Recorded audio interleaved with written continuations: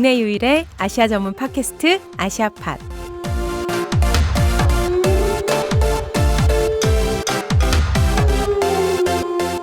안녕하세요. 참여연대 국제연대위원회 신미지 간사입니다. 어느새 11월이 되었습니다. 잠시 돌아보니까요. 2020년은요. 코로나랑 마스크로 기억되는 한 해가 될 것 같아요. 이게 국경이 닫히고 하늘길이 막히다 보니까요. 우리 시선도 외부보다는 내부로 좀 좁혀지고 있는 것 같아서 안타깝기도 합니다.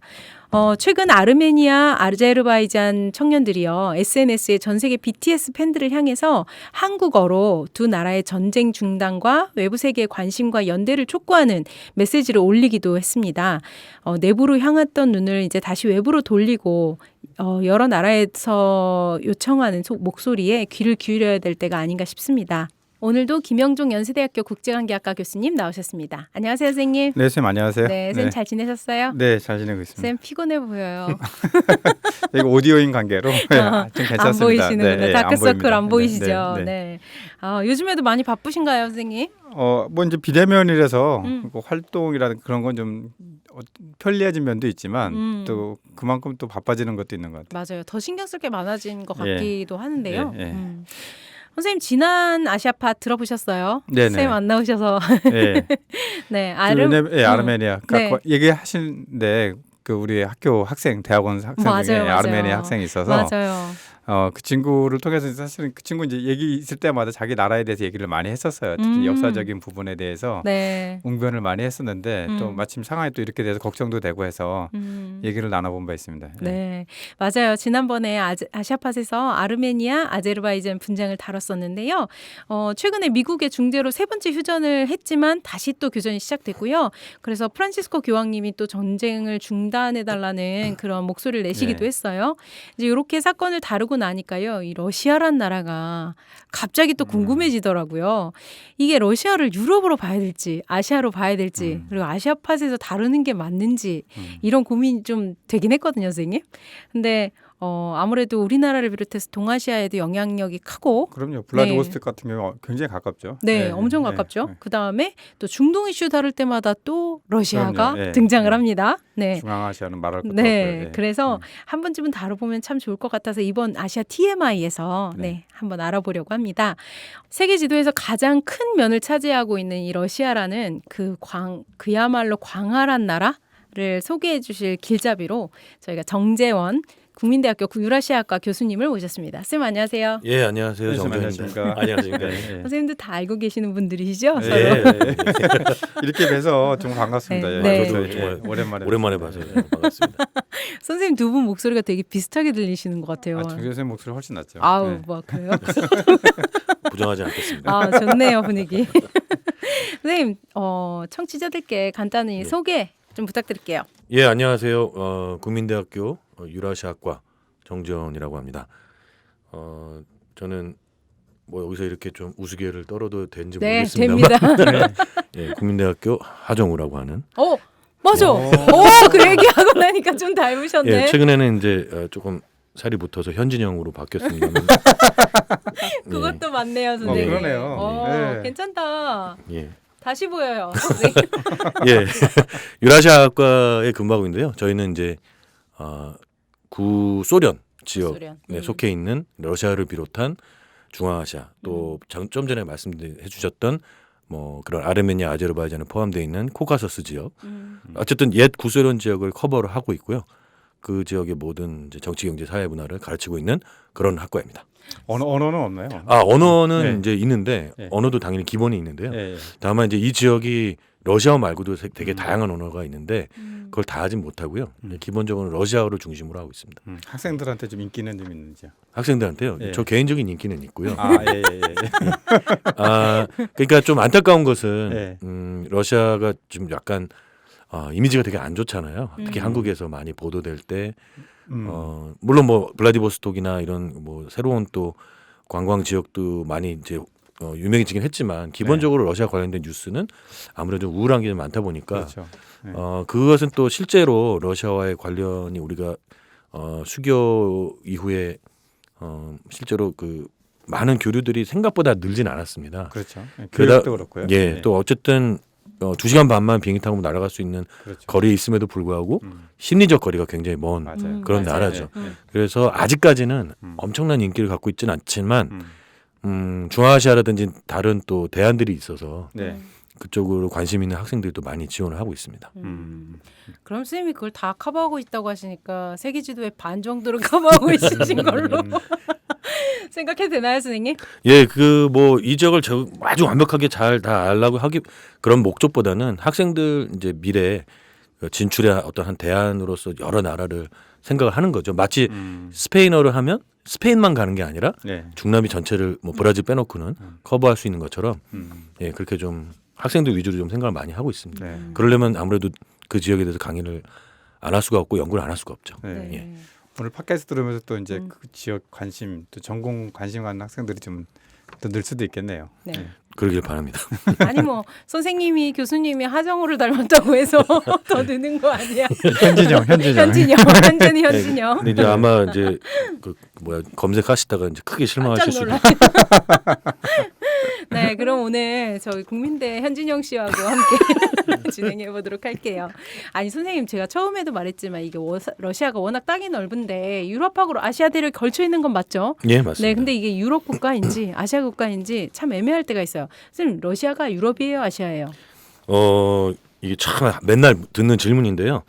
이 사실 뭐 유럽도 아시아도 아닌 국가입니다. 아, 스스로가 규정하기를 유라시아 저희 학과 이름처럼 유라시아 국가라고 하거든요. 이게 유럽과 아시아를 합친 게 아니고 유럽 문명과 아시아 문명 중간에 있는 그렇다고 해서 이게 무슨 뭐 어정쩡한 뭐 유목민의 영역이거나 뭐그 위대한 두 문명 사이에 아무것도 없는 영역은 아니고요. 그 나름대로 독자적인 자신들이 문화와 문명을 갖고 있다라고 얘기하는 그런 지역입니다. 세계를 보는 게 자기중심적으로도 보는 것도 있겠네요. 그럼요. 그렇죠. 네. 그러니까 자신들이 독자적인 어떤 역사적 사명이라든지 그런 걸 갖고 있다라고 또 생각을 하기도 하죠. 중국 사람들 중국의 중화랑 비슷하네요. 네. 아 그런 면이 좀 있구나. 예. 그런데 그럼에도 불구하고 제가 얘기하고 싶은 거는 이제 중국하고도 굉장히 가깝고 뭐 여러 가지 의미에서 또 중앙아시아도 지금 이제 독립했지만 자신들이 뭐 러시아 입장에서 봤을 때 뒷마당이고 또 극동 쪽도 영토가 많이 있죠. 네. 저희하고도 접해 있는데 그러나 기본적으로는 이제 많이 또 중간에 있다 그래서 이들이 어떤 그러면 뭐 아시아로도 뭐 크게 뭐 관심을 갖고 유럽하고도 크게 관심 간다기보다는 아직까지는 정치의 어떤 중심, 경제 많은 그 방향은 유럽 쪽에 많이 치우쳐 있습니다. 그런 예. 것 같아요. 예. 그래서 뭐 특히 이제 유럽의 그 많은 제국주의 국가와는 달리 과거에 러시아 제국 시대 때 이 식민지적 팽창을 이룬 게 육로로 이어져서 자신들의 그 팽창을 이루었거든요. 네. 그래서 그런 것도 좀 독특합니다. 그렇게 해서 이루어진 어떤 그 자신들만의 독특한 혼합적인 성격들을 많이 갖고 있고요. 그다음에 이제 나중에 막 얘기했지만 몽골 지배를 오랫동안 받았어요. 그렇죠. 네. 한 300년 가까이 받았거든요. 간접 지배를. 그러다 보니까 유럽 문화하고 또 이질적인 부분이 많이 있습니다. 그렇고 내부에 또 정교라고 해서 그리스 정교. 정교. 예, 그리스 정교와는 좀 달리 여기는 이제 국가별로 좀 다르기 때문에 아, 러시아 정교. 러시아 정교. 정교. 어쨌든 정교 문화인데 그렇지만 넓은 의미에서 기독교 문화죠. 네. 그거랑 이슬람 문화가 또 섞여 있죠. 네. 그래서 굉장히 많은 문화가 섞여 있는 지역이죠. 뭐 그렇게 위치한 만큼 다양한 문화가 그쵸. 섞여 있긴 한데 다시 한번 강조하지만 그렇다고 해서 어떤 아시아적 특징이랄까 그런 걸 갖고 있다기보다는 기본적으로는 유럽 지향적이다. 근데 유럽 사람들하고는 마인드가 좀 많이 다르긴 합니다. 또 슬라브라고 하는 민족적인 요소도 좀 있지 않나요? 예, 그렇습니다. 예, 슬라브 민족 쪽 요소도 있고요. 근데 이제 슬라브 민족 중에 서슬라브에 속하는 민족들, 그러니까 가령 폴란드나 체코 이런 나라들은 이제 유럽 문화권에서 오래 네. 유럽 카톨릭 문화권에서 많이 있었고 이제 동슬라브 중에 이제 일부가 이제 이렇게 우크라이나 동부나 러시아가 이제 그 정교 문화권에 아주 강력하게 속해 있었죠. 땅덩이가 넓은 만큼 또 특별한 뭐랄까 어디 한쪽으로 규속되지 않는 문화를 맞습니다. 갖고 있고 예. 또 정체성도 갖고 있다 이런 예. 말씀이신 거죠? 예, 그런 네. 말을 하려고 했는데 길어졌네요. 네, 정리는 제가 예, 하겠습니다, 선생님. 알겠습니다. 굉장히 정리 잘하셨어요. 네, 아니 아시아 TMI에 모시는 모든 전문가님들께 드리는 질문인데요. 선생님이 생각하시는 그 러시아는 어떤 나라다? 한마디로 예, 이거 어렵죠? 예, 제일 어려운데 예전에 러시아의 유명한 시인 쭈체프라고 하는 사람이 있는데요. 그 사람이 얘기한 내용 중에 이런 게 있습니다. 러시아는 이성으로 해석할 수 없는 나라다. 어, 예, 이성으로 해석해는 안 된다. 이게 저는 딱 와닿는 가장 러시아를 설명할 때 와닿는 거라고 생각합니다. 그럼 감성으로 해야 돼요? 가슴으로. 그렇죠. 항상 어떻게 보면 뭐 가슴으로 이해되고 네. 굉장히 감정적이고. 예. 그러니까 우리가 합리적 이성으로 판단하기 어려운 나라다. 그리고 제가 유학을 거기서 했었는데요. 그때 많은 러시아인들이 했던 말이 우리나라는 되는 것도 없고 안 되는 것도 없는 나라다. 그 동남아에서도 많이 진짜요? 되는 것도 없고 안 되는 것도 없다. 이게 이제 어떻게 보면은 사실은 많은 그 질서가 잘 안 잡힌 나라의 좀 특징이기도 하겠고 부패가 많고 뭐 그러다 보니까 맞아요. 생기는 어떤 그런 현상이긴 한데요. 약간 뭐 소련 붕괴 이후에 생긴 혼란기 말고도 아주 오랜 러시아 역사를 보면 뭐랄까 이 한마디로 이렇게 정리가 안 되는 부분이 상당히 많습니다. 왜냐하면 유럽에서 몇백 년에 걸쳐서 일어났던 그 봉건제로부터 자본주의로 이행하는 그 과정이 굉장히 짧은 시간에 일어났거든요. 그렇죠. 그러면서 사회주의까지 갔죠. 압축적으로. 모든 것들이 압축적으로 일어나고 사회주의까지 갔기 때문에. 혁명적으로 일어났죠. 예, 맞습니다. 그렇기 때문에 그 모든 것들이 뒤섞여 있고 제대로 앞에 단계가 발전하지 않은 상태에서 뒤로. 많은 것들이 이 중첩되고 막 그렇기 때문에 사실은 굉장히 혼란스럽게 우리가 그러니까 우리의 어떤 잣대로 평가하기는 너무 어려운 것들이 많이 있는 나라다. 예. 그러면 이성적으로 러시아는 선생님이 정재원 선생님이 생각하시는 러시아는 이성적으로 판단할 수 없는 나라. 그리고 또 되는 것도 없고 안 되는 것도 없는 나라다. 약간 더 재밌는 것 같아요. 그렇게 설명해 주시니까.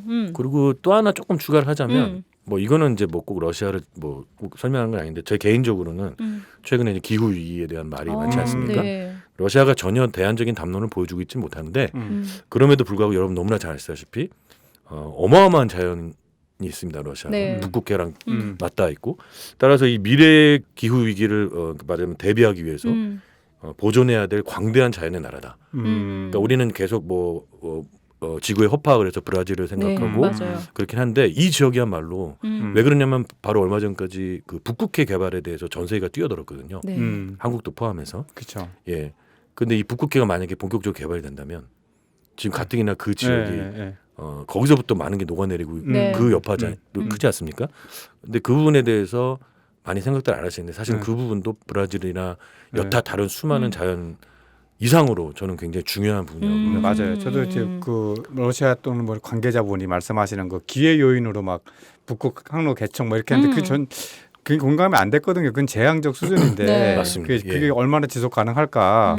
근데 그런 얘기를 아직도 많이들 해요. 특히 뭐 전략적인 얘기할 때 북극 항로 개척 뭐 이렇게 해가지고 우리가 뭐 그걸 빨리 진출해서 그런데 그건 정말 좀 다시 생각하는 문제인 것 같아요. 그 러시아가 그 북극 관련된 지역에서 가장 넓은 차지하고 있는 그런 지역이기 때문에 그렇습니다. 굉장히 그 잘못된 그동안의 접근이었죠.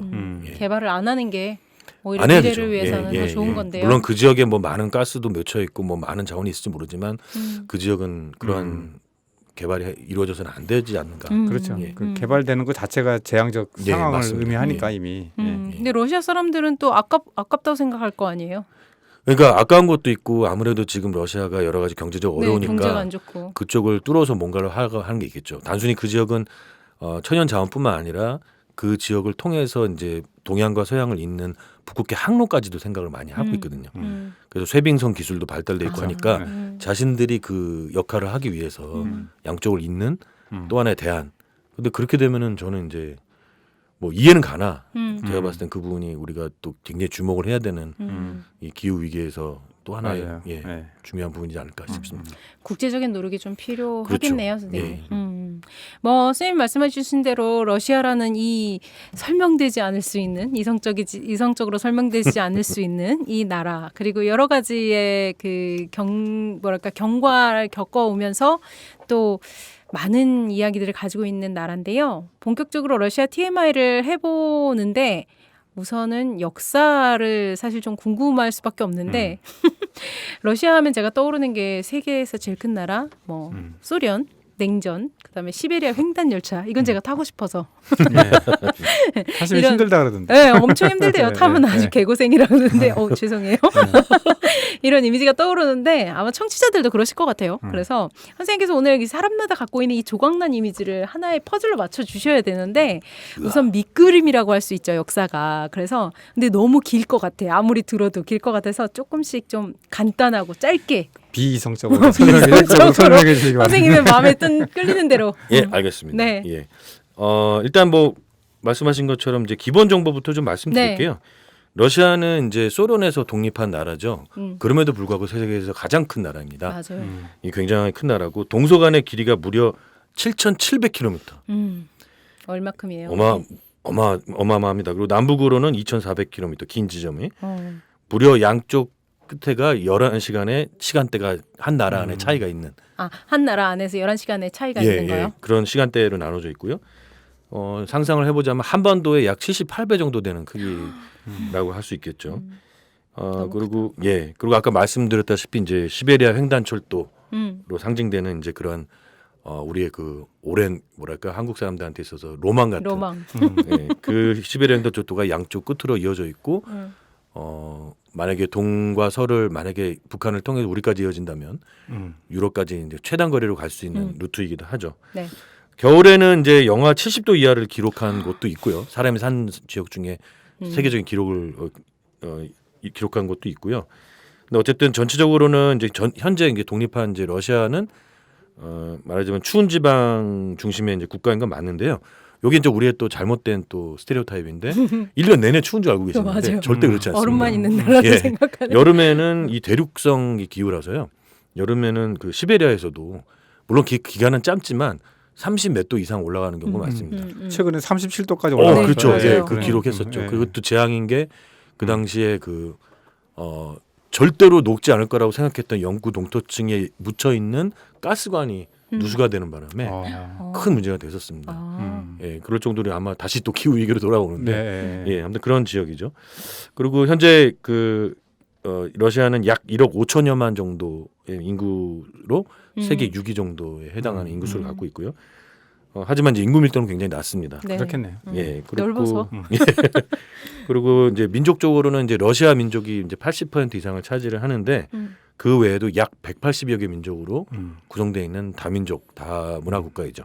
물론 이제 그 민족이라고 할 때 뭐 천 단위 만 단위 있는 민족도 있고 과연 이거를 따로 민족을 봐야 되냐 그런 논쟁이 소수도 있고. 굉장히 작은 시베리아나 뭐 이런 데 있는 민족들까지 포함해서 하는 얘기지만 어쨌든 그렇습니다. 그렇고 그래서 가장 또 다민족 국가긴 한데 인종적으로는 물론 이제 흑인이나 이런 사람들은 없기 때문에 뭐 좀 다르지만 또 이민으로 구성된 나라는 아니기 때문에 좀 다르지만 그럼에도 불구하고 어쨌든 뭐 많이 있고요. 또 하나 조심해야 되는 게 이 러시아 민족이라 하더라도 우리가 생각하듯이 뭐 순수하게 뭐 할아버지 할머니 아버지 다 러시아 사람이 아닌 경우가 많습니다.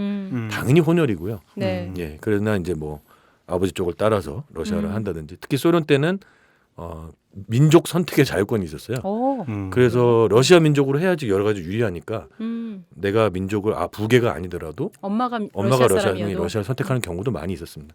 따라서 이 80%가 러시아계라 그래서 이들이 반드시 슬라브계라고 보기는 어려운 경우도 많이 있죠. 그러나 물론 다 러시아를 하고요.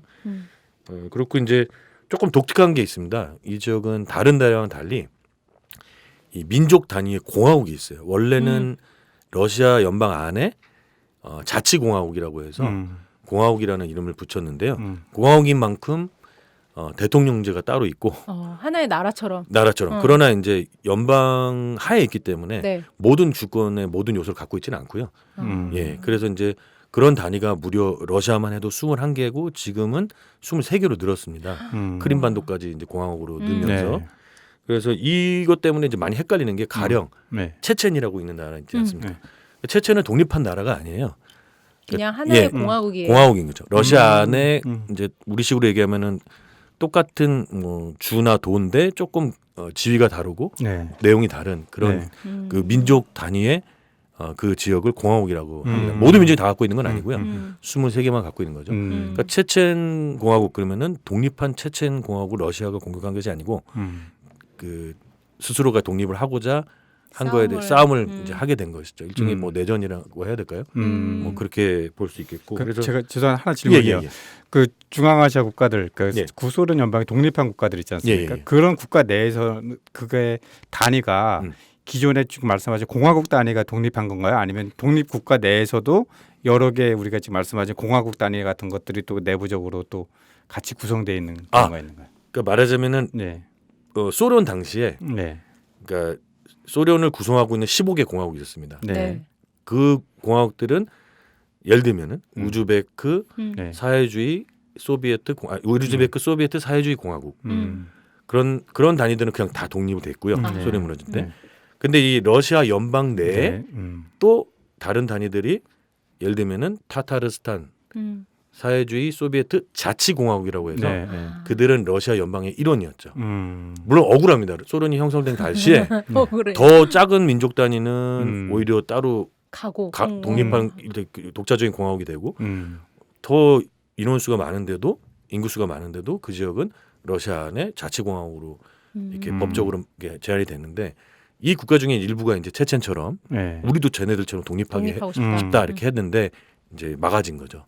러시아 연방의 이제 단일성이 파괴되니까 그래서 통합성이 파괴되니까 그래서 이제 그런 차이가 있습니다. 대신에 이제 이들이 얻은 게 자치차를 띄고 이제 공화국이라고 이렇게 하다 보니까 이제 잘 모르는 한국 사람들은 다른 나라라고 생각을 하는 거죠. 그럴 수 있겠어요. 예를 들면은 저쪽 시베리아에 이제 사하라는 공화국이 있거든요. 거기 대통령이 방문했다면 기자분들이 잘 모르니까 러시아 대통령은 푸틴인데 얘 또 무슨 얘도 왜 무슨 대통령이거든요. 예. 근데 이제 쉽게 이해를 하면 명칭은 그렇고 그냥 하나의 주지사 정도로 한번 보시면 될 것 같아요. 그래요. 다만 이제 법적 지위들은 상당히 좀 다릅니다. 일반적인 주지사보다는. 되게 복잡하겠네요. 굉장히 복잡. 그래서 사실 우리과 학생들도 이 부분에 있어서 상당히 어려움을 이해가 잘 안 되기 때문에 아니, 법을 몇 개를 봐야 될 거 아니야. 그렇죠. 또 하나는 영번법과 공화국법이 있을 때 그러니까. 충돌이 되는 경우도 너무 많고요. 아직 정비가 잘 안 되는 경우. 그러니까 어쨌건 연방법이 더 위죠. 공화국법보다. 물론 그렇죠. 네.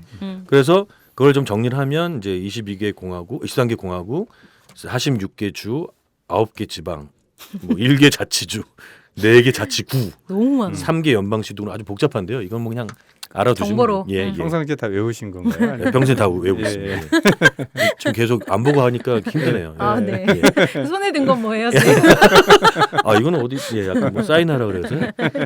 그다음에 이제 몇 가지 좀 더 추가를 하면 석유 가스의 대량 매장지고 대량 수출국입니다. 우리가 잘 안 알려져 있는데 석유 가스가 엄청 많이 나오는 나라고요. 그다음에 우주항공이나 광학 또 원자력 등의 일부에서는 거의 세계적 수준의 발전된 나라, 기술이 발전된 나라고요. 무엇보다 우리한테 러시아를 더 간단하게 설명하기 위해서 하는 말은 바로 최초로 사회주의 혁명이 일어났던 곳이고 또 스스로 포기한 그런 나라이겠죠. 그게 가장 우리한테 많이 기억이 있는 걸 거고요. 네. 그 외에 세계적인 문학가나 음악가들 그렇죠. 엄청 많이 배출한 나라죠. 또 무용가, 발레 이런 걸로도 유명하고 또 잘 안 알려져 있지만 사실 미술이나 뭐 연극, 뭐 건축 등도 사실 유명합니다. 근데 이제 제일 유명한 건 워낙 문학가, 음악가들이 많이 알려져 있고요. 그렇고 하여튼 과학기술 같은 경우 아까도 얘기했지만 세계 수준으로 발달했다. 이게 이제 러시아의 아주 간단한 하나의 이미지라고 할 수 있을 것 같습니다. 예. 맞아요. 좋아요. 선생님 말씀해 주신 것들이 다 제 머릿속에 조각조각 있던 것들인데 아무튼 나라가 너무 크니까 옛날부터 그랬거든요. 올림픽 하면 1등 러시아 아니면 미국 이렇게 옛날에 그랬잖아요. 그렇죠. 어렸을 땐 소련이었고. 소련. 네. 그래서 진짜 큰 나라구나 세계적인 라고 생각했는데. 강대국이죠. 그죠. 슈퍼파워 말 그대로. 이렇게 큰 나라인데 또 역사적으로도 또 여러 가지 이야기가 있죠, 선생님. 예, 맞습니다. 네. 예. 근데 역사가 그렇게 근대 역사 길진 않죠. 길진 않습니다. 네. 예. 한번 간단히 좀 얘기 설명 좀 해주세요. 압축해서 알려드려야 되는데 일단 러시아인은 이제 그 우크라이나, 벨라루시와 더불어서 소위 슬라브 민족 중에 동슬라브에 속합니다. 이들이 이제 그 사실은 러시아가 이 지역에 현재 러시아 지역에 살기 전에 슬라브인들이 살기 전에 그 바탕으로는 여러 우랄계 민족들이라고 해갖고요. 핀란드 같은 거 생각하시면 되겠습니다. 그런 사람들이 밑에 좀 이렇게 기본적으로 살고 있었고 굉장히 넓게 그러나 분포는 넓지만 이렇게 많지는 않았고요. 거기에 또 노르만 민족 이제 즉 바이킹 이들도 이제 들어와서 이 소리 그리고 또 그 지역에 여러 또 투르크계 민족들도 많이 살고 있었습니다. 거기 위에 이제 동슬라브인들이 점차 동쪽으로 들어와서 살게 된 거라는 거 좀 기억을 잘 해주시면 좋을 것 같고요.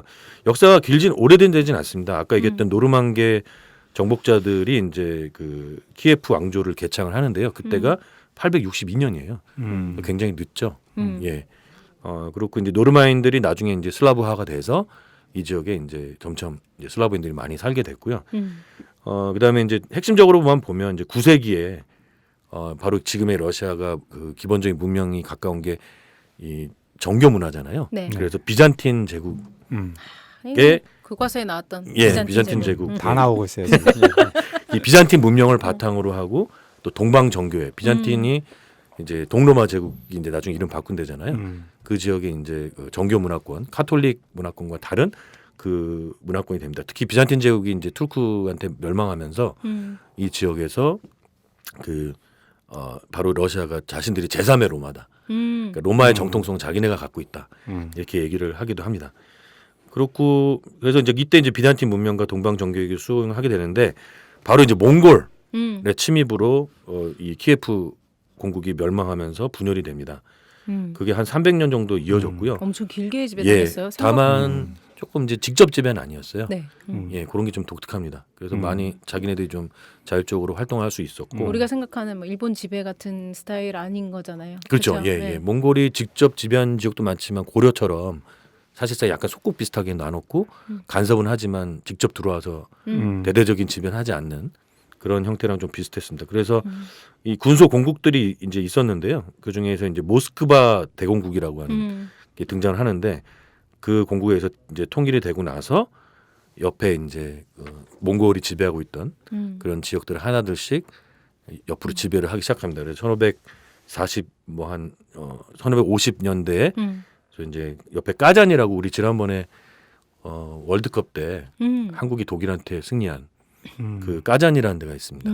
그 지역을 점령을 하고 본격적으로 동진하고 남진을 하기 시작을 합니다.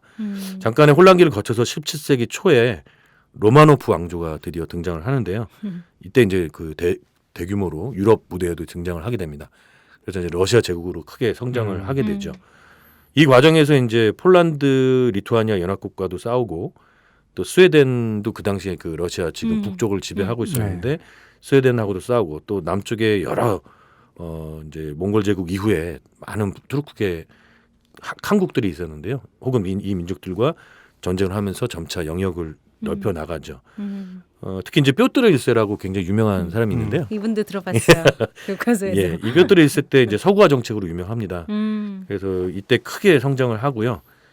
근데 이제 한편으로는 이제 동시에 이때 그 러시아 특유의 봉건제가 이제 억압적인 봉건제가 이제 있게 되는데 이때 대규모 농민들이 봉기를 하거나 아니면은 이제 그 도망가거나 그래서 만든 게 또 코사크라고 하는 사람들이 또 생기거든요. 근데 어쨌든 이때 또 다른 소수민족들이 특이하게도 러시아 농민들과 힘을 합쳐갖고 짜르 전제정에 반대하는 시위를 많이 일으키는 그런 역사도 있습니다.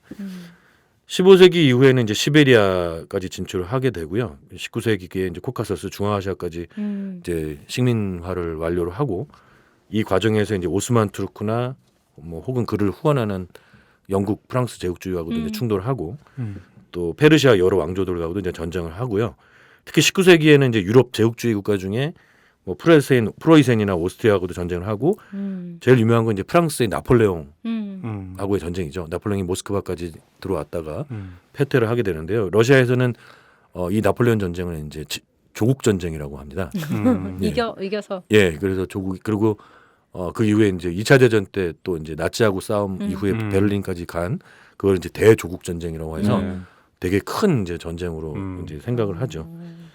예, 그래서 이제 특히 이 나폴레옹 전쟁 때 이제 재밌는 것은 그걸 이긴 게 문제가 아니고 파리까지 진격했던 러시아의 청년 장교들이 당시 이제 프랑스는 어쨌든 자본주의화가 급격하게 진행됐던 상황이라 그걸 보고 충격을 받습니다. 놀랐어요. 파리를. 예. 문화 충격. 예, 그걸 보고 왜 이 러시아의 전제정의 후진성에 대해서 생각을 하고 이 러시아의 후진성을 타파하는 길은 전제정을 정복하는 것이다. 그래서 이 19세기서부터는 이제 그 바로 이들이 돌아가서 데카브리스트의 반란이라고 이게 12월 당이라는 뜻이거든요. 데카브리 12월 당. 예, 12월 당. 데카브리스트가 이제 디셈버. 순간적으로 영어 까먹을 뻔했습니다. 예. 디셈버랑 똑같은 어원으로 이제 러시아어로 데카브리라고 하는데 그거를 이제 12월 당이라고 해서 이들이 이제 반란을 일으켰다가 이제 비참하게 진압이 되고요. 그리고 이제 소위 이르쿠츠크라는 시베리아로 유배를 가는 그런 일까지 있게 됩니다. 근데 이때 이후로 바로 러시아에서 이제 우리가 않은 혁명의 분위기가 이제 크게 일어나서요. 우리 여러분들 왜 그 우리 한국 소설에 보면 부나로드 운동이라고 뭐 알죠. 부나로드 운동. 예. 그것도 이제 이때 일어난 겁니다. 부나로드 운동이에요? 예. 예. 부가 아니에요? 어디로고요. 나로드가 민중입니다. 민중 속으로. 네. 그래서 이때 이제 그 소위 다양한 형태 농민을 중심으로 하는 농민 사회주의를 외치는 그러한 집단부터 유럽식의 어떤 유럽에서 정통 사회주의를 외치는 그런 집단까지 또 부정부주의 등등 수많은 러시아 혁명가들 또 혹은 급진적 자유주의 그런 또 여전히 자유주의적인 그런 기반도 안 돼 있었기 때문에 그 당시 자유주의도 굉장히 급진적인 사상이었고 그런 다양한 형태의 모든 운동이 한꺼번에 이제 폭발적이게 되게 되죠. 그래서 이 민중지향적 혁명 운동이 여기저기서 발생을 하게 되고요. 1905년 러일 전쟁이 있게 되고 거기에 얕잡아봤던 일본한테 패배하고 나서 불만이 폭발하게 됩니다. 결국 이 후진성의 원인은 어디 있느냐. 그래서 잘 아시다시피 1905년 1차 러시아 혁명이 있게 됩니다. 피해 일요일 사건이라고 짜르한테 이제 어떤 우리 이 어려움을 호소하러 갔다가 공격을 받게 되죠. 그래서 소위 이제 이때 이 이후로 1905년에 바로 이러한 것에 대한 항의를 하는 노동자들의 파업 이런 것들을 지도하기 위해서 소비에트가 이때 처음으로 발생을 하게 되고요. 그 소비에트가 이제 잠깐 진압이 되지만 이제 그 이후에 1917년 2월달에 전제정을 무너뜨리는 2월 혁명. 2월 혁명이 있게 됩니다. 예, 그래서 이제 2월 혁명으로 일단은 짜르 전제정은 붕괴되고 일단 공화정이 시작이 됐지만 불과 얼마 안 가서 10월달에 바로 볼셰비키가 주도한 사회주의 혁명이 역사상 최초로 러시아에서 있게 되죠. 그러고 나서 이제 뭐 이 스탈린에 의해서 많은 것들이 또 왜곡되고 변화되고 그러면서 이제 레닌 시기에 많은 실험들이 좌절이 되고요. 결국은 이제 이 사회주의 현실 사회주의라고 합니다. 보통 이런 이론적 사회주의와 구별을 해서 현실 사회주의의 어떤 출발점이 러시아가 되는데 사실 많은 것들이 원래 이론적인 부분하고 달라지게 된 그런 부분이 있게 되죠. 결국은 어떻게 보면 많은 실험을 했지만 어떤 결과론적으로 봤을 때 이런 직접 민주주의나 어떤 뭐 노동자 민주주의 또 계획 경제 이런 실험들이 좀 실패하는데 그 원인은 뭐 다양하게 있겠지만 어쨌든 좀 이론하고 많이 다르게 현실에서 적용이 됐던 부분이 있던 것 같습니다. 약간 테스트지 같은 느낌이었네요. 예. 아무래도 굉장히 긴 역사를 아니 선생님 막 빠져들었었는데 테스트라고 하기에는 그 장시간에 걸쳐서 많은 세대의 그 실제 삶을 다 그쵸. 바쳤기 때문에 그러니까 이론에 현실로 가는 거에 대한 약간 그런 장이었던 것 같은 느낌인 건데 실패해서 좀 안타깝지만 이거 안타까운 거예요? 뭐라고 근데 해야 돼요? 뭐 그럼에도 불구하고 이제 뭐 여러 가지 안 좋은 특히 이제 정치나 사회에 있어서의 문제점은 많았지만 경제나 복지 문제에 있어서는 서구 복지국가들에게도 많은 영감을 준 부분이 있거든요. 무상 교육이나 뭐 무상 의료 시스템 같은 경우는 이제 서구 복지국가에도 하나의 모델이 됐던 것이고 다만 이제 서구 복지국가에 비해서 지속 가능성이 스스로는 크게 떨어지고 없었던 거죠. 예 그런 그렇죠. 부분이 있죠. 당시 그 뭐 5, 60년대만 하더라도 유엔에서의 그런 논의를 보면은 맞습니다. 경제사회 분야는 소련이 주도를 한 거죠. 네. 맞습니다. 다른 데서 그렇게 못하니까 오히려 그거를 따라가지 못하는 회방도 그런 상황이요. 너무 재밌는 게 쌤이 막 이렇게 2월 혁명 막 이런데 김영준 선생님이 10월 혁명 막 이렇게 얘기하시는 거여서 나도 똑같이 배웠을 텐데 왜 나는 기억을 못할까? 맞으면 속으로. 취임새죠. 제가 아니 근데 만 선생님처럼 설명해 주셨으면 저도 아마 기억했을 것 같아요. 근데 이상하게 교과서는 그렇게 안 설명되잖아요. 그러니까요. 그건 아니고요. 하정우로 격상시켜드릴게요. 근데 사실은 이 사회주의 시기에 대한 얘기가 굉장히 재밌는데 맞아요. 뭐 지금 우리는 이제 뭐 그 맞아요. 시기를 얘기하는 게 역사는 아니니까 아니니까. 예, 좀 너무 정말 이 논쟁적이고 많은 얘기를 너무 압축적으로 제가 얘기했는데 어쨌든 굉장히 중요한 시기라고 봅니다. 왜냐하면 또 모셔야 되는 이유가 지금 스스로 말씀하셨습니다. 모 선생님은 무조건 한 번 더 모셔야 되는. 예, 아무튼 그 시기에 어떤 그 유산이 지금까지도 많은 작용을 하고 있기 때문에 또 그 시기에 내적인 유산뿐만 아니라 대외적인 관계들 왜 사회주의 혁명이 일어날 수밖에 없었는가 소련뿐만 아니라 많은 당시의 주변부 국가들에서 결국 그러한 그 서구 과거의 제국주의 국가 혹은 중심부 국가들과의 그런 세계 어떤 경제 자본주의 체제 속에서의 그런 관계들이 지금까지도 사실은 이어지는 부분이 있기 때문에 예, 뭐 사회주의 혁명으로서는 결국 대안을 만들어내지 못했지만 지금도 그 구조는 어느 정도 이어지고 있다는 것을 우리가 잘 파악을 할 필요가 있어서 중요한 부분인 것 같습니다. 꼭 한번 다시 모셔야 되겠네요. 네, 그런 뜻은 네, 아니었는데. 네.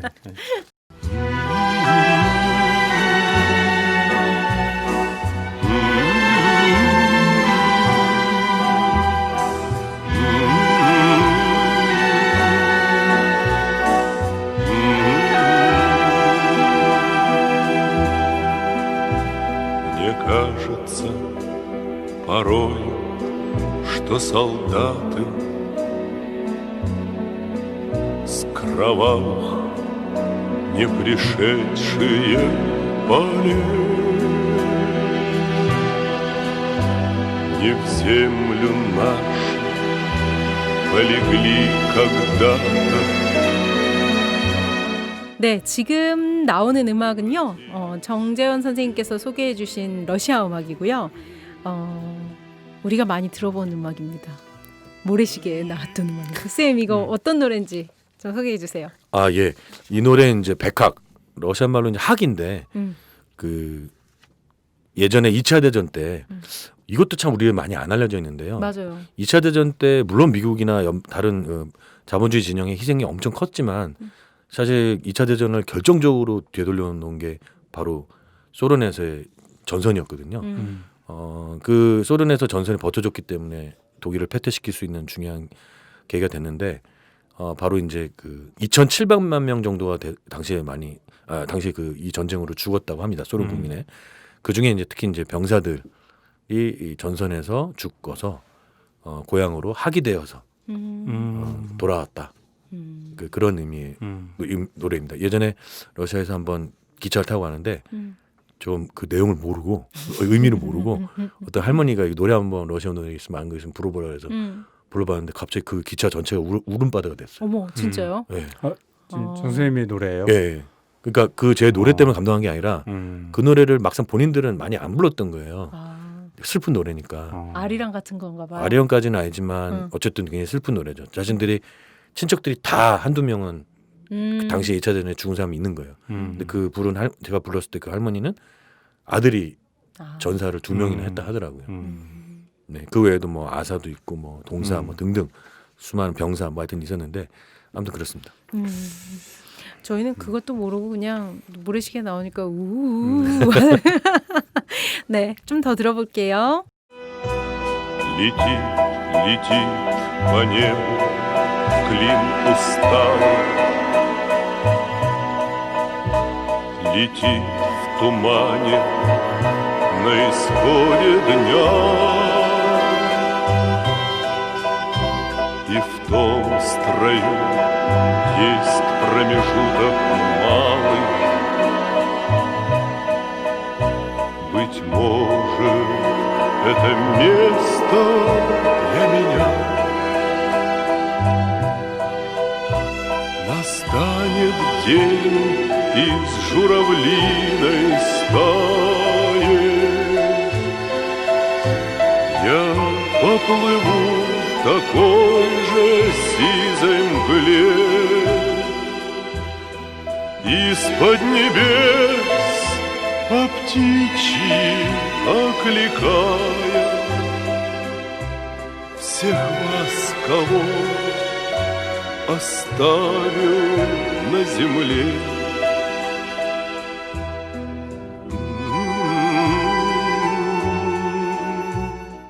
네, 백학 들어보셨고요. 이렇게 슬픈 이야기가 담긴 노래인 줄 몰랐었는데 소개해 주셔서 정말 감사드려요, 선생님. 러시아에 대해서 이제 큰 정보, 역사랑 기본 정보를 들었으니까요. 이제 또 더 러시아를 어떤 방식으로 알아갈까 제가 좀 고민을 했는데 현재 러시아에서 제일 핫 이슈를 좀 돌아보면 이야기가 또 재밌게 진행될 것 같습니다. 지금 아무래도 쌤 나발리 독극물 사건이 제일 핫 이슈 맞아요? 예, 맞습니다. 예. 청취자들 이해를 위해서 이 나발리란 사람 누군지 예. 그리고 어떤 사건인지 예. 어떻게 지금 되고 있는지 이렇게 좀 설명해 주시면 좋을 것 같아요. 예, 알겠습니다.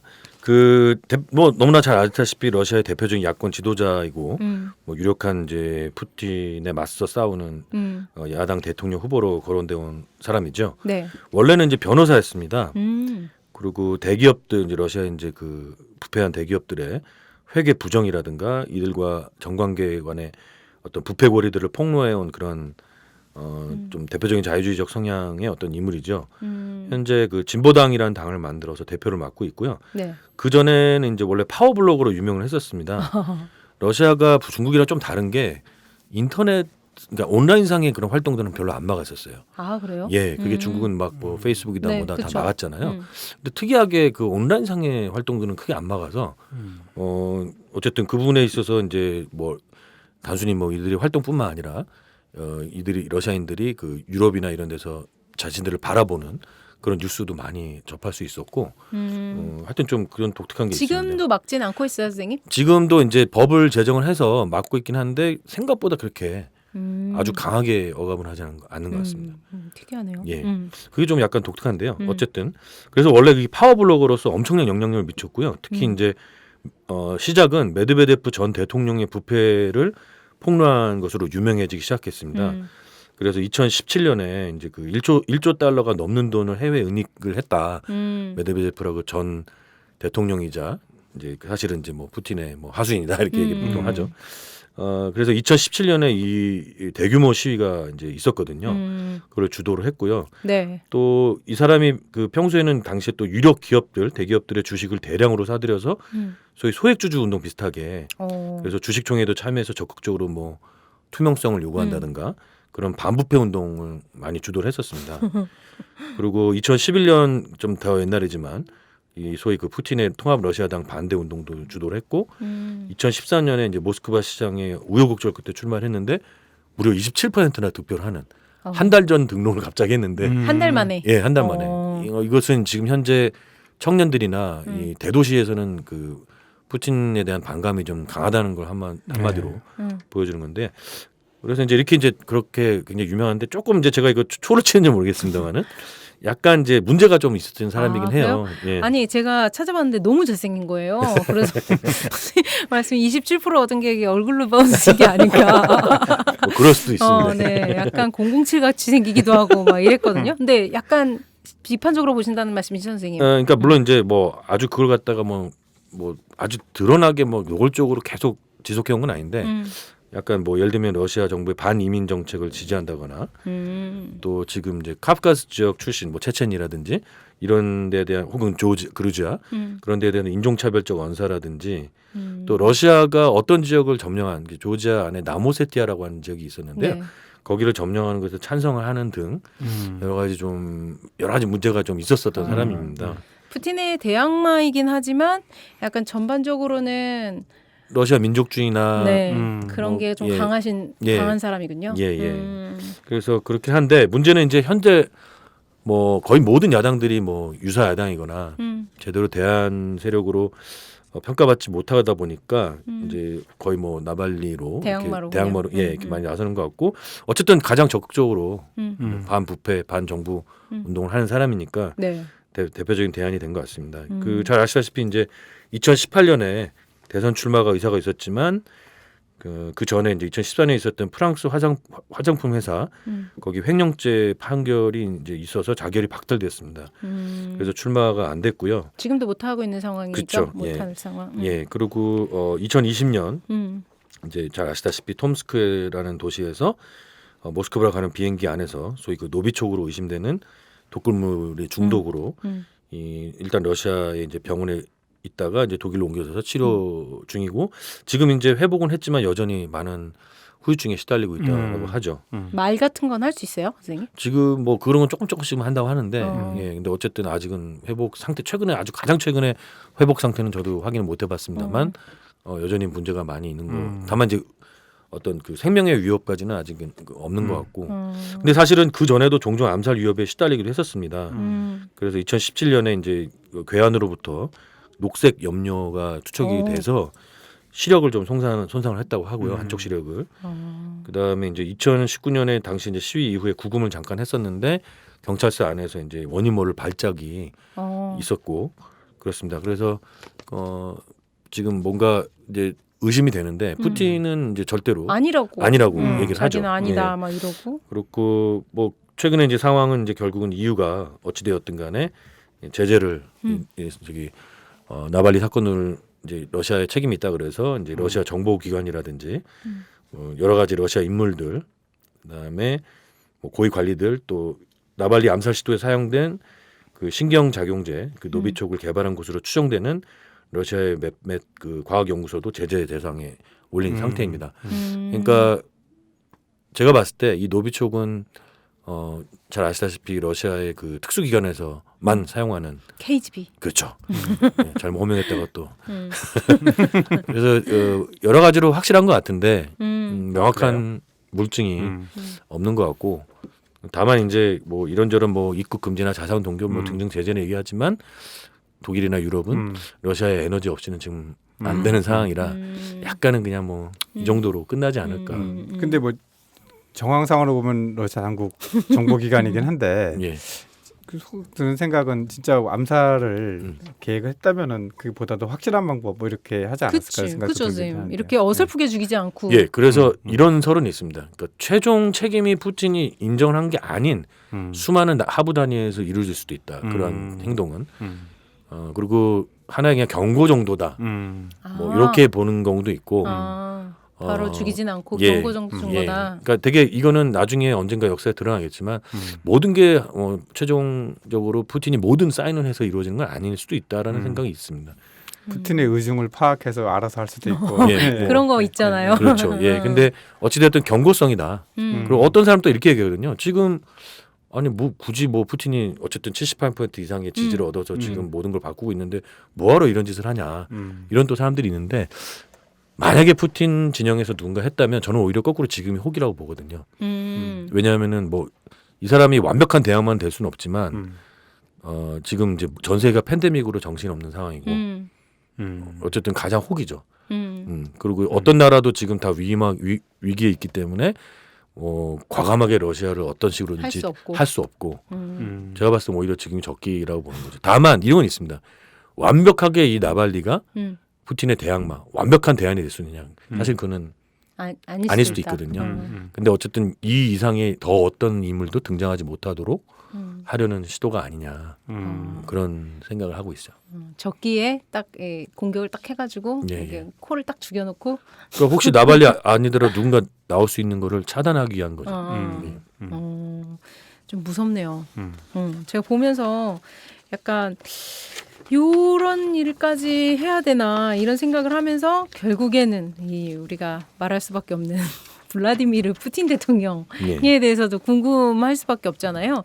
아마 러시아 이 아시아파 들으시는 분들이 푸틴에 대해서도 굉장히 궁금한 분이 저만큼이나 많을 것 같아요. 그래서 자연스럽게 이 러시아 정치 얘기로 이어져 보면 좋을 것 같은데요.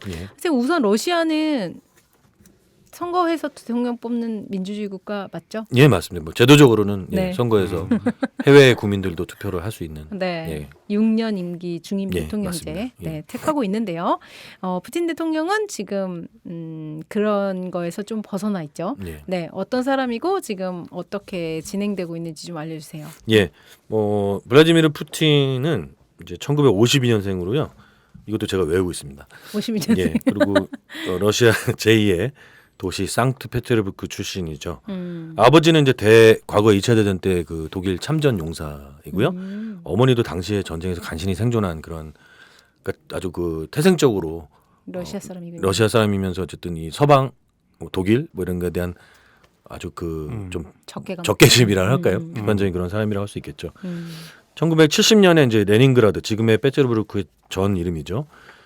대학교에 입학을 하고 졸업 후에 KGB에서 이제 근무를 하게 됩니다.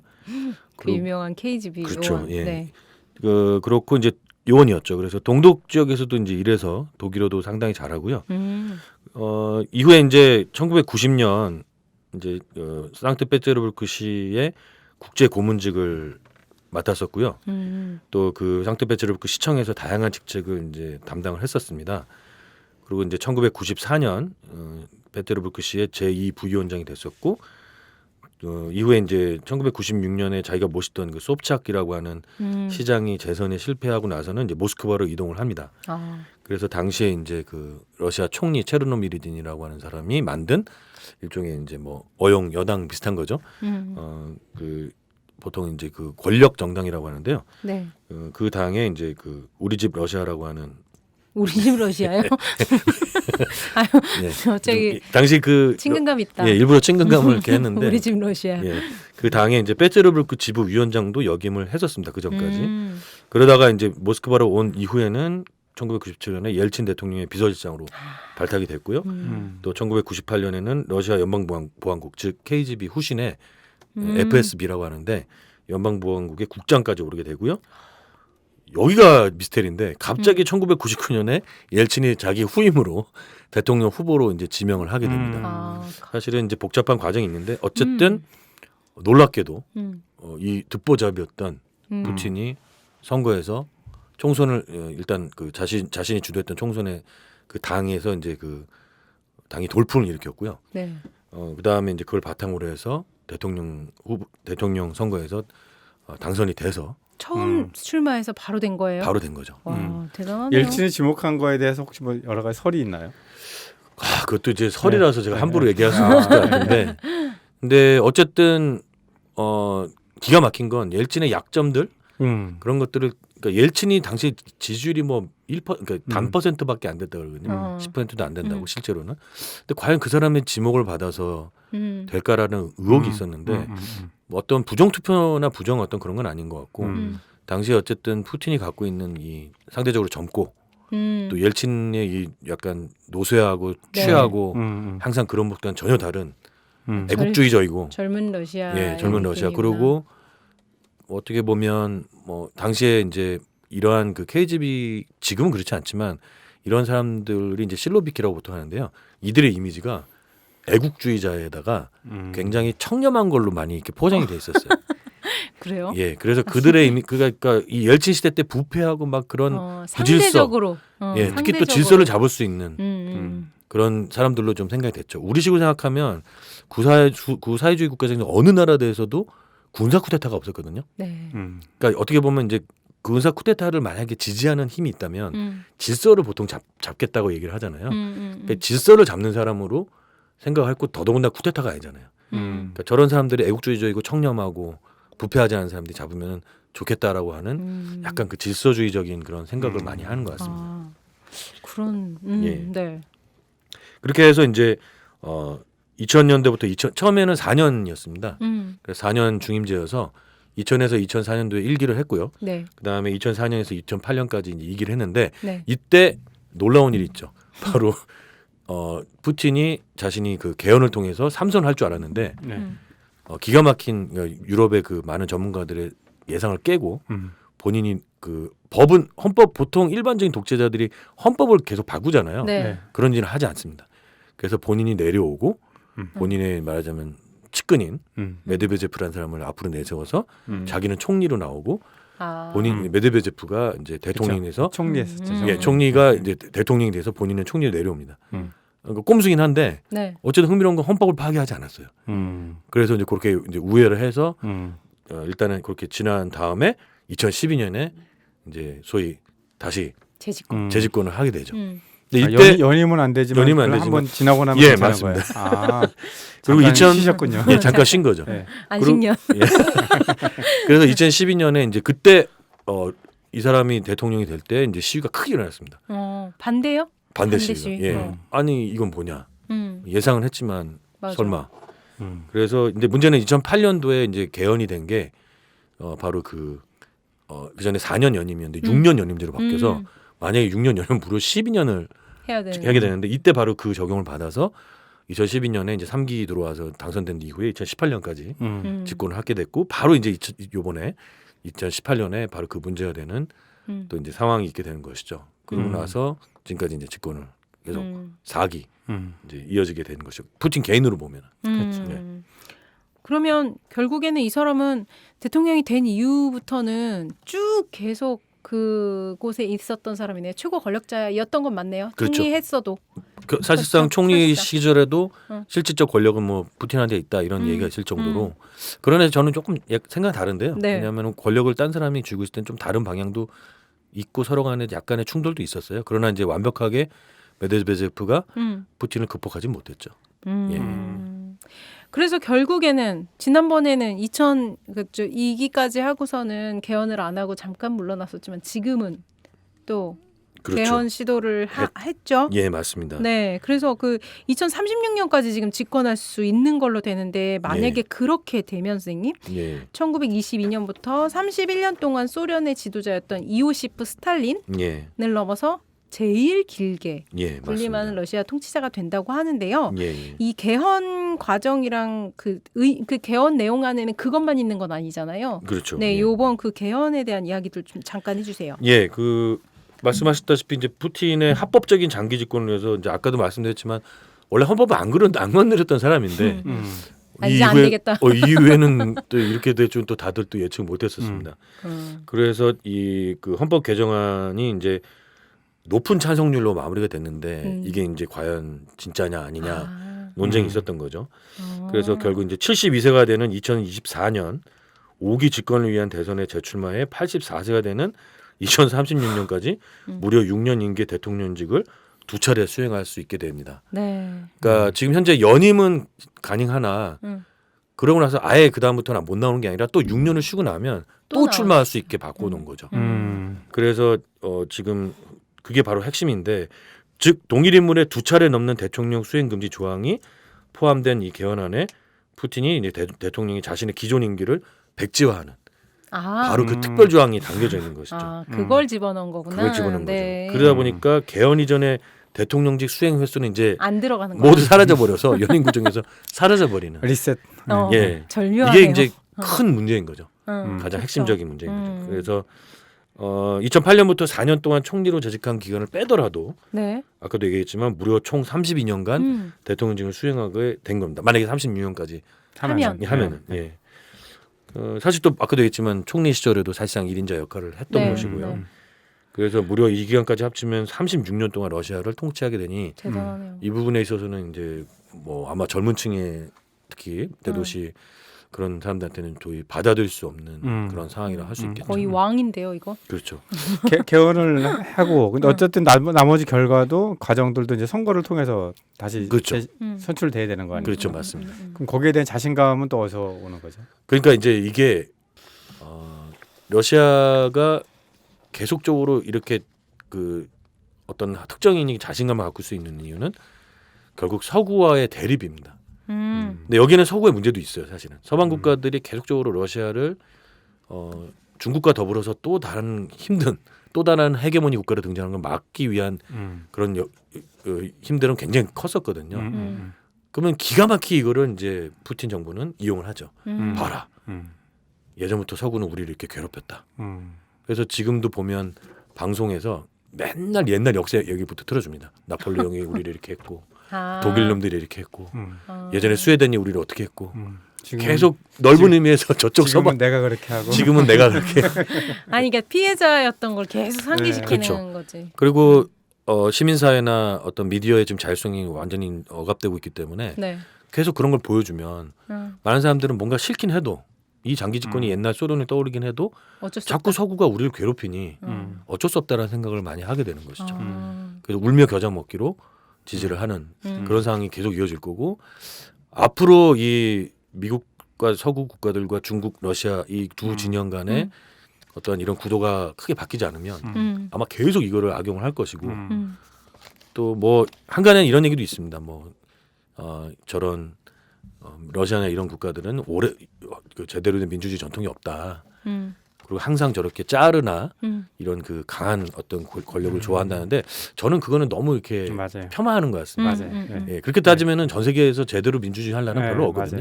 맞아요. 다 술탄이고 칸이고 네. 다 뭐 부족장이고 이렇게. 문화적 요인 뭐 이런 거 얘기하잖아요. 예. 종교적으로 순종적이고 예. 그거는 제가 봤을 때는 일부분은 알 수 있으나 큰 그거는 결정적인 요인은 아닌 것 같습니다. 그렇죠. 아니 뭐 개헌안에는 사실 그런 임기 조항 빼고도 러시아 영토를 일부 분리하는 방향의 행동 허용되지 않는다. 뭐 이런 문구도 들어가 있고 또 그렇죠. 네, 예. 크림반도 관련해서도 맞습니다. 네, 예. 그런 것도 있고 러시아 헌법 가치에 배치되는 국제기구 결정 이행 의무 없다. 뭐 이래서 국제 분쟁 발생했을 때도 러시아 이익을 우선하겠다 이런 게 들어가 있다라고 하는데요. 예, 맞습니다. 예. 이게 사실 국민 투표 분위기도 궁금했는데 아까 말씀하셨듯이 이게 제대로 된 투표였는지는 모르겠으나 이걸 위해서 사실 국민 투표는 굳이 필요하진 않았었는데 선택한 거라면서요. 그래서 어떤 자신감? 한 가지 좀 얘기하고 싶은 건요. 아주 자주 구소련의 많은 국가들의 지도자들은 자신이 뭔가를 이렇게 뭔가를 시행할 때 네. 제도를 통해서 뭔가를 하기보다는 직접적으로 국민들한테 묻는 방식을 택합니다. 예. 오히려 더 대의민주주의가 아니라 그냥 직접 민주주의로 하겠다. 그게 이제 말이 좋아 직접 민주주의지. 어쨌든 선동이 더 쉽다. 그렇죠. 선동이 더 쉽고. 그러니까 아까도 얘기했지만 시민사회나 미디어가 장악되어 있는 상태에서 모든 그 아젠다를 그렇게 세팅하고 거기다 직접 묻는 것이죠. 그러면 아무래도 거기에 투표를 뭐 어떤 사람은 아예 싫어서 안 하겠지만 하는 사람들은 거기에 적극적으로 호응을 하는 거지 참여해서 반대하진 않거든요. 근데 그러한 방식을 많이 선호를 하죠. 조작을 안 하더라도 그렇게 되면은 의회는 반대하나 국민들은 원한다. 뭐 이렇게. 이런 식으로. 그렇죠. 아까 말씀하신 거 보면은 그 연임에 대한 그런 부분 반대하는 요소도 분명히 있지만 러시아 국익을 뭐 우선시한다든가 뭐 이런 것들은 대중을 선동하기에 굉장히 좋은 양념으로 쓸 것 같아요. 특히 이제 구체적으로 말씀드리면 우크라이나 사태는 자기들은 억울한 거예요. 원래 크림은 우리 땅이었고 그 투표를 통해서 본인들이 원한다고 했으니까 했다. 이런 식으로 이제 하는 거죠. 그러니까 계속 서구가 그걸로 제재를 해서 우리가 지금 경제 너무 힘들고 그런 것들을 계속 얘기를 하니까 사람들이 이제 아까 말씀드렸던 그런 조항들이 향후 러시아가 자신들이 오히려 피해를 받고 있는데 그런 자신의 러시아 이익을 위해서 우리가 뭔가를 할 때 그런 그 조항들을 적극적으로 삽입을 해서 그런 거를 우리가 해야 된다. 우리의 이익을 지켜야 된다. 이런 식으로 하는 거죠. 설득되는데요. 선생님 설득되셔서 벌써. 아니 그리고 너무 재밌었던 게 러시아 정부가 투표를 높이기 위해서 아파트, 자동차, 스마트폰 상품권을 투표 참여자들한테 줬대요. 경품으로. 설득되잖아요. 네, 그래서 투표율이 64%가 넘었다는 거야. 그래서 나 너무 재밌더라고요. 이게 약간 맞아요. 씁쓸하면서도 그렇죠. 그렇더라고요. 그래서 하여튼 재밌는 거는 이제 과거에 어떤 다른 동남아시아나 그런 과거에 독재 국가는 좀 다른 방식을 많이 써요. 그러네요. 이런 식으로 이제 좀 다른 뭔가 좀 헌법을 파괴한다면 그런 식의 어떤 장치들을 그럴싸한 장치들을 마련을 해두고 완벽한 조작이 아니라는 거죠. 뭔가 실제로 뭐 한번 해보면 해보면 진짜 그런 비슷한 투표율이 나올 수도 있고 찬성률이 나올 수 있고. 네. 놀대홍대 참여연대 우리가 할 수 있는 것들 지금 뭐하네 놀대홍대 참여연대 아직도 회원가입하지 않고 뭐하네 놀대홍대 참여연대 우리가 할 수 있는 것들 지금 뭐하네 놀대홍대 참여연대 아직도 회원가입하지 않고 뭐하네 바로 너 바로 너 바로 너 바로 너 당신이 우리의 든든한 배후 0% 우리가 받는 정부 지원 0% 시위꾼 아냐 시민의 파수꾼 유엔이 인정하는 시민단체 파트너 행동하는 시민과 함께하는 권력 감시기구 참여연대 놀대홍대 참여연대 우리가 할 수 있는 것들 지금 뭐하네 놀대홍대 참여연대 아직도 회원가입하지 않고 뭐하네 놀대홍대 참여연대 우리가 할 수 있는 것들 지금 뭐하네 놀대홍대 참여연대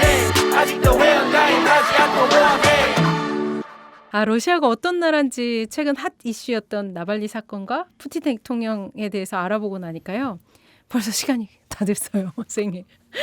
말씀 다 못하셨죠? 벌써요? 네. 벌써 이 1부의 시간이 아직도 잔뜩 남으셨죠, 선생님? 예, 맞습니다. 하지만 다음번을 위해서 남겨두세요. 예. 네, 선생님 오늘 정재현 선생님 나와주셔서 너무 감사드리고요. 아시아파 첫 녹음 어떻습니까? 예, 너무 좋습니다. 좋았습니까? 예, 좋고 또 이렇게 어쨌든 러시아에 대해서 많이 얘기할 기회가 없는데 이렇게 그 유명한 참여연대 방송을 통해서 알릴 수 있어서 정말 대단히 영광입니다. 선생님이 지금 땀을 이렇게 필필 흘리시면서 하고 계시거든요. 그래서 잠깐 살짝 좀 빠진 것 같아. 하정우로 보여. 네, 선생님 오늘 나와주셔서 너무 감사드리고 또 김영종 선생님 함께해 주셔서 너무 감사드립니다.